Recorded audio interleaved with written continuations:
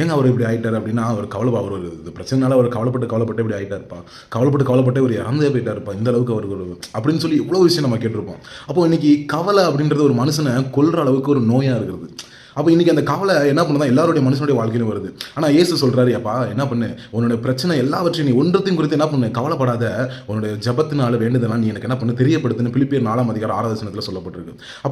அப்போ கடவுளுக்கு என் பிரச்சனை தெரியாதா அப்படின்னா, இன்னைக்கு ஸ்கூல் போற பையனா இருக்கட்டும், இல்ல காலேஜ் போற பையனா இருக்கட்டும், அவங்க அப்பாவுக்கு தெரியும் இவனுக்கு இந்த தேவை இந்த வயசுல இருக்கும் அப்படின்னு. ஆனா தன் பையன் என்னிடத்துல வந்து கேட்கிற வரையும் என்ன பண்ணலாம், நம்ம இருப்போம். அவன் தேவனை என்ன பண்ணுவான், வந்து கேட்பான். அப்ப அதே போல தான் இன்னைக்கு கடவுளுக்கு நம்முடைய பிரச்சனை தெரியுமானா, ஏசப்பாக்கு கண்டிப்பா உங்களுடைய பிரச்சனை என்னுடைய பிரச்சனை தெரியும். ஆனா வந்து நம்ம இடத்துல கேட்கும் பொழுது வசனம் சொல்லுது, கேளுங்கள் அப்பொழுது உங்களுக்கு கொடுக்கப்படுமா. அப்ப ஜெபத்தில் எவைகளை கேட்பீர்களோ அவளை பெற்றுக்கொள்வீர்கள். அப்ப இன்னைக்கு நம்முடைய பிரச்சனை குறித்து நம்ம கவலைப்பட்டு அதை நினைச்சு நம்ம போகாம, ஏசப்பா எனக்கு இதை செய்யுங்கன்னு சொல்லி நம்ம தேவனிடத்தில் கேட்கும் பொழுது கண்டிப்பா அதுக்கு நம்மளுக்கு உதவி செய்வார். அப்ப தேவனிடத்தில் கேட்போம், கவலைப்படாம வாழ்க்கையில சந்தோஷமா இருங்க.